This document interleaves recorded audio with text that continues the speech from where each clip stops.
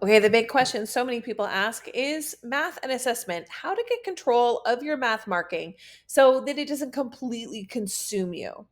So I want you to focus as a teacher, we really need to be asking ourselves about what the goal is of our job as marking. We often set ourselves up for these higher and unattainable goals about what it is we need to do when we're marking. So we really need to think about what our job is when we're marking and assessing students. And the question is not really about what mark did they get out of 10, but the question is, do they actually understand something? And we really need to decide between the formative and the summative tasks here and weight our time and effort on these things to help us determine marks. We need to be asking ourselves, do they understand something? Have those check-ins. Have we taught them? Can they do it in a variety of ways?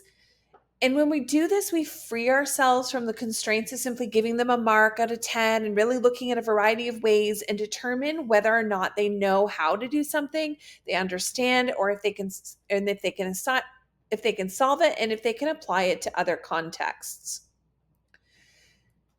When we are able to mark in this way, it helps us to determine the answers to those questions so that when we do give them a summative assessment task, we fully understand what it is students are doing. And we have a very clear picture of what they're doing.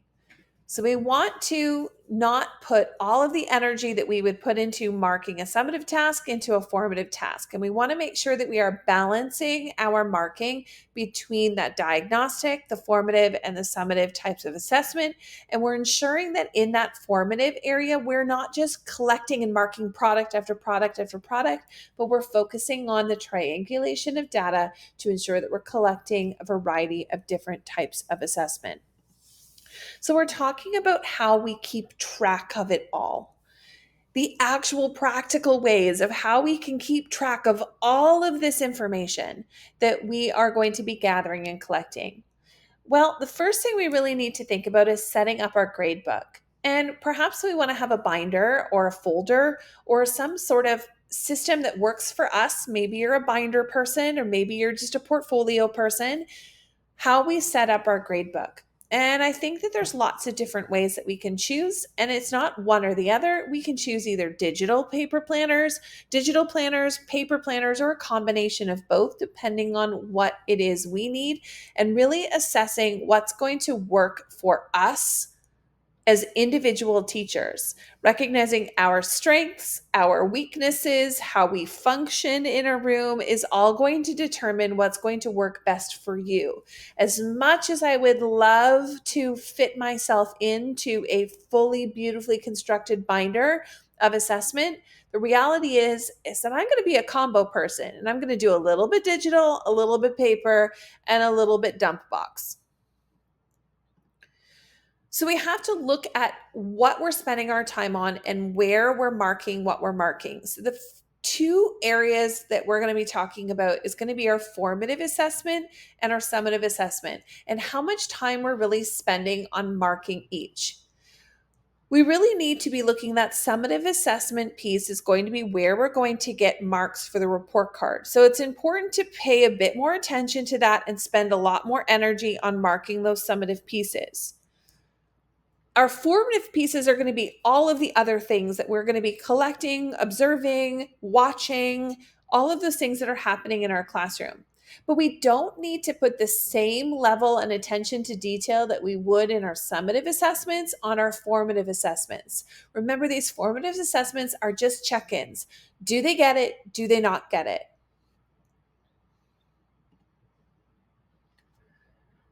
So the first thing we're going to think of is, when we're looking at all of the things that we're going to do in a week worth of math, I love to really plan out what my assessments are going to look like before I actually decide in the moment whether I'm going to mark something or not. So I want to think, if I'm looking at my whole week together, what am I actually marking? What do I want to mark? And one of the things that I use to make that decision really clear is I look at the types of work we're doing and I categorize it into one of three categories. Is this just simply students are doing some practice work? This is going to be perhaps small group activities, maybe one of the center's tasks I happen to be doing. If it's pure practice, I'm probably not going to spend any of my time marking it. I may look at it and check for completion and check for like the 30,000 foot view overview of it, but I'm probably not going to spend any significant amount of time reviewing that practice stuff during prep or after school. I might look at it where students are going to take it up during a whole class activity. I might get students to share what they did, but I'm not going to be spending a ton of time actually collecting and marking the practice pages. Then there's check in work. Now, things I put in the check in work, I want to use as the key indicators about whether or not my students get something or not. This is going to be their daily warm up activity. I will often check in to make sure that they understand what we are doing and make sure they get it. So I want to make sure that check in time, I am tracking it. I'm not going to spend a ton of time. I'm probably not going to grade it, but I am going to check for understanding to make sure that they either get it, don't get it, sort of get it, or are so lost I need to reteach it. And in my brain, I'm really holding this as kind of the piece of the pie. What percentage of my class 100% knows what they're doing? What percentage of my class is doing a good job? What percentage of my class has a basic understanding? And what percentage of my class's hair is on fire?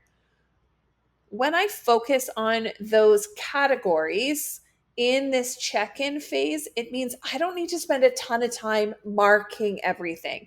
Sometimes, if I give an exit card and it's out of 10, I could mark it and it could say 7 out of 10. But I look at it and it tells me it got a 7 out of 10, but that was on a hope and a prayer. And there's some glaring issues that I need to be aware of. And I need to reteach some misconceptions, even though they were still able to pull off a 7 out of 10. It's more of my anecdotal observations on that. This third category here that I need to look at my week and to say, okay, what is going to be the most important thing that I need to be collecting this week that's going to be the indicator of success after we practice? This is typically going to be what I'm going to be marking at the end of the week. For this, I often will use my math journal because it's sort of the summative culmination of the week's worth of learning. Students will reflect on their math journal. They will give me examples of the learning they did. They'll do some self-assessment. So I will use that math journal. I will pay more attention to that math journal than I will something else. I will also pay attention to things like tests and projects and mini assignments that I give students that show me they get it. And I won't be ready to give them those until I'm pretty sure I've done enough check-in work to make sure the majority of them are ready to move on. So if we're thinking of those three categories, we have that free practice stuff. I'm not really paying much attention to it. The checks for understanding are just really for my information, quick feedback, reteaching, maybe what I'm talking to them about in guided math. And then assess for marks is the stuff that actually is probably going to make it into my math book. That check for understanding is probably just going to make it into notes pages or anecdotal notes on paper and probably won't ever be transferred into my actual mark book. So where do we find some formative assessment? So the formative assessment are going to be your checks for understanding, and you're going to be marking these or reviewing these as part of the process of learning. This marking is going to inform your instruction. So in your week, some of the places that you can find formative assessment are going to be observations of individual students during a whole group lesson. Those kids that are constantly putting up their hands, that's a great time to observe that those kids get it. They seem to have a pretty good idea of what's going on. Notice the kids who aren't participating and notice the kids who look super confused or get things wrong when you call upon them. Having conversations with students during warm-up activities. As students are coming into the class, they're starting their math lesson, they're doing some warm-up activities. I'm going to make sure that I'm targeting not the kids that constantly have their hands up, but the ones that I'm actually not sure how they're doing. I'm going to go make sure I touch base with those and just double check to make sure they get what they're doing, and that I'm going to have some conversations with them, quick check-ins to make sure How are we doing here? I'm also going to do some key observations during my guided math instruction of students and how they're doing. This is going to be a big, huge indicator for me for my formative assessment. I get the majority of my formative assessment data from small group learning. I will also use the daily warm ups, perhaps as exit cards. I might randomly choose that I will collect those warm up activities one day or we'll take them up together. It's important for me to use those as tools to decide whether or not students are showing understanding. I also want to have students use some self-assessment indicators to make sure that after a lesson, how are they doing? Do they understand it? We're going to use a kind of a stoplight system or scale with four, five, four, three, two, one, and we're going to give qualifiers for that to say, five means I'm 100% sure what I'm doing, so I'm so good I could teach it. I've got a pretty good idea. I'm still making one or two mistakes here and there. I've got an okay understanding of it, but I'm still making mistakes. I'm not yet ready to work on it independently. I sort of get it, and I have no idea what we're doing. And giving students the ability to self-assess with language that makes sense to them is helpful to kind of give me an understanding of where they think they are for that, because sometimes that's a big indicator. If they don't feel super confident in the math, it probably means that we need to do a bit of work with those students. And I also want to be aware of the students who think they're super confident and actually aren't. We also want to perhaps grab a few things that we can collect that are very quick and easy. Now, the formative assessment gives me information and will tell me information such as whether or not I need to slow down, if I need to reteach, I need to speed up and reinforce. Now, this sometimes can be a dangerous loop because we often will use this formative assessment data and realize that we have a whole bunch of kids that still aren't getting it. So we keep reteaching and reteaching and reteaching.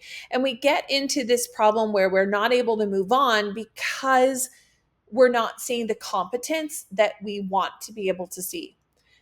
With experience comes the idea that there is a point of no return sometimes where you have the obligation to actually move on, even though students might not be 100% competent at the skill. Perhaps there was some lagging skills coming into that, such as multiplication. You can move on while also coming up with some plans on how you can address some of those gaps going forward in other areas so that it doesn't become as big of a problem.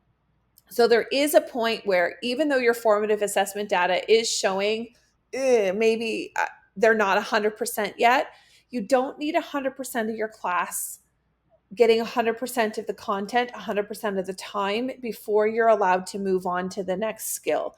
Not, if we think of the bell curve, not everyone is going to be on the other side of the bell curve. If you have somebody who's constantly not getting it, that's a good indication that that student needs additional support that might need to come from outside of the regular classroom to help them close some of those gaps and conversations with parents.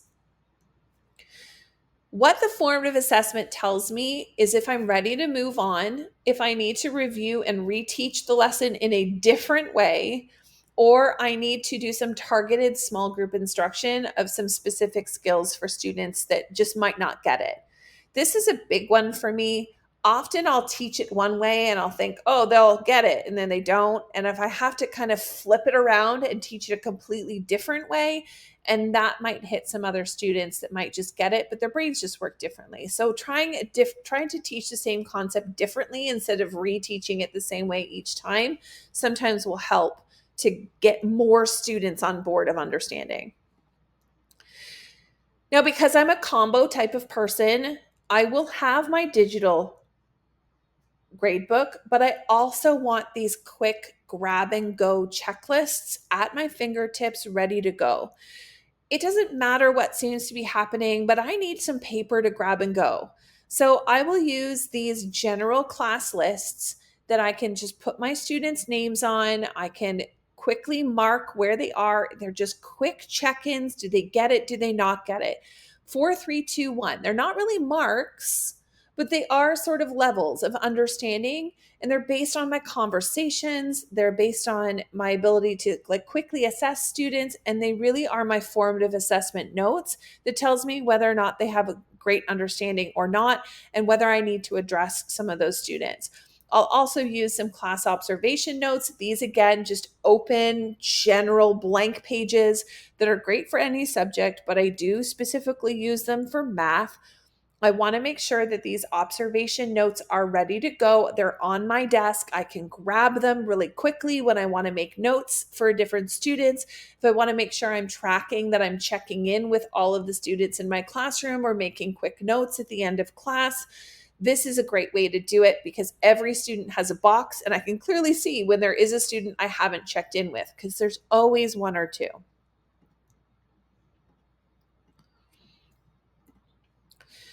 Now, I often get asked what I use for digital markbooks. And I have to say, in 2024, my combination preference was Adocio and MS Teams. So I use those hand in hand. Now, one of the reasons I really like Adocio is because it's digital, it's not web based. So you put it on your devices and it is off of the web. Like it's not stored on their servers, which makes school boards really happy because it is more secure than if it's stored on third party servers. It also has an amazing feature that allows you to put in parents' email addresses associated with children. And when there is something you want to share with parents, it's a quick two-step system, two things you need to hit and tap, and it will generate an email report that gets immediately sent to parents through your email. So it just looks like it's coming straight from your email inbox, your board email, but it will generate a report and make it super simple for you to contact that parent and send them a report for what you've done. This is invaluable. Add to that the functionality to sync it with MS Teams or Google Classroom, which means all of my student-facing LMS assignments can then automatically be imported into my Adocio so that I can share them with students and use the LMS features of, say, Microsoft Teams or Google Classroom, but then also the functionality of a gradebook and teacher planner for me that doesn't need to be shared with students. Nothing frustrates me more than having to copy information from one location to another location in order to be able to share it out with parents or with students. So I really do like the integration of Adocio with the LMS software. I use MS Teams with my classroom for all subjects. That is our student facing out at LMS. We do have the ability to use D2L. I am not a fan of D2L. It doesn't integrate well with other systems. It's also complicated often to log into. So I prefer MS Teams. I love the fact that it integrates with the Docio, and it also works seamlessly with Microsoft OneNote, which I actually really love using with my students. I don't like any other MS program, MS Microsoft program, but I do love OneNote. And it also does the exact same thing with Google Classroom. Unfortunately, I'm just not able to use Google Classroom because it's not approved in my board.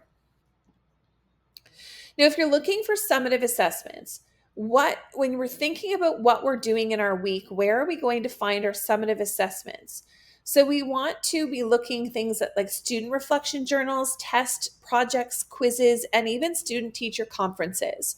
All of these are going to be key indicators for you as to how your students are doing.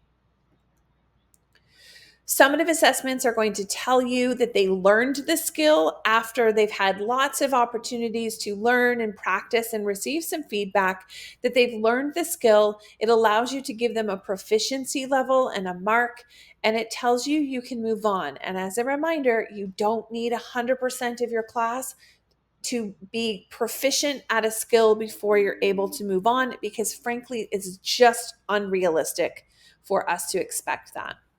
Now, what are the reflection journals? So these are the reflection journals that we use inside of Ignited Math, and they have three portions to the reflection journal. The first is the learning goal. So we keep a learning goal as the focus for the week, and it allows students to reflect on the learning goal and decide, did they learn the thing they were supposed to learn that week? We can list the activities we did that week that helped us to achieve that learning goal. So students should be looking back at the week and going, okay, what did I actually do to help practice this skill? And they can write that down in that top section. Then they're going to discuss what it is they learned. What activities did they do? Describe the process of what they're doing. How did new information get presented and how did it change what they understood? Maybe you taught them a different multiplication strategy and they hated it. It's okay for them to be like, you taught me the box method. I hate the box method. Here's why. And they can explain the steps that they follow in order to do that strategy. And if they had to teach others, what would they say? So this is the written portion of the reflection journal where they're essentially telling you what they learned, telling you about the process, and telling you about how they do what they did that week. The final step is a proof of their learning. So this is like when you ask students to design their own pop-up quiz questions. This is exactly what's happening here. You're going to ask your students to design their own question that shows you they understand the learning goal. So if it is using multiple strategies to solve 3-digit by 2-digit multiplication questions, then they're going to design a 3-digit by 2-digit multiplication question, whether it's easy or hard. That's where your differentiation comes in. And you're going to have them choose the question that they're going to do and then how they apply the different strategies you taught them that week to solve that question. They're designing their own quiz. And the reason you're going to have them do it, now you can provide some guidance here. Maybe you put 3 options on the board and they pick the one they want to do. But this is where the differentiation comes in, because you could have a student that could pick 123 times 11, or you could have a student pick 987 times 62. One is going to be a more challenging question over the other. It's going to involve different multiplication strategies, different multiplication understandings, but both of them can show that they can do the skills that you've taught them that week. So it automatically is building in that open-ended learning so that you have multiple entry points for students to be able to demonstrate their learning and feel successful at showing you what they know. As a teacher, you look at that and say, what are they choosing? How are they choosing to show their learning? Are they challenging themselves? Are they taking the easy road out? Are they getting it? Are they not getting it? There's a lot of things that you can tell by what kind of questions they're choosing. And again, you can scaffold this in by providing students options of which questions they want to use as models for showing their learning, or they can choose their own so that there can be examples and you can slowly scaffold that support in and then eventually scaffold that support out so students can choose their own questions. I also like using a quick class notes if I'm marking. I do like to use paper in a pinch and digital when I have more time, but I'd like to have these summative lists at the end of the week, or the end of my learning cycle, to really track students' tasks and what it is that we've learned over time. So one of the things that you can mark the reflective journals. You can collect that observational and conversational data like in student-teacher conferences and assign a level of understanding, especially if you're asking them to do demonstration tasks. You can look at any of the products that you've collected and summarize these marks. And later you can add in parts of tests or projects related to the skill that you're marking. Now, I love for summative assessments using math projects, especially in spiraled math plans, because it allows you to thematically choose a project, break it down into the steps requiring multiple different strands to co-create and solve that problem. So things like designing a bake shop, making homes for pets, planning a garden, all of those are projects that are tasks that require multiple strands that you can use at the end of a spiraled unit in order to have students demonstrate their understanding. And again, there's always tests. There's nothing wrong with using a test. Do I do mark my tests differently. I want to make sure that my tests balance 40% knowledge and understanding. 40% of the mark of the test will be application and communication, and 20% of the test will be a thinking question. And I do weight my tests accordingly to ensure that they meet this breakdown. Thank you so much for joining us today for Math and Your Markbook. We are happy to have you share all of the information that you use in your classroom on how you track and assess and create your own markbook. What system and strategy works best for you? We'd love to have you share inside our Facebook group today. Your bonus word for today's video is check-in.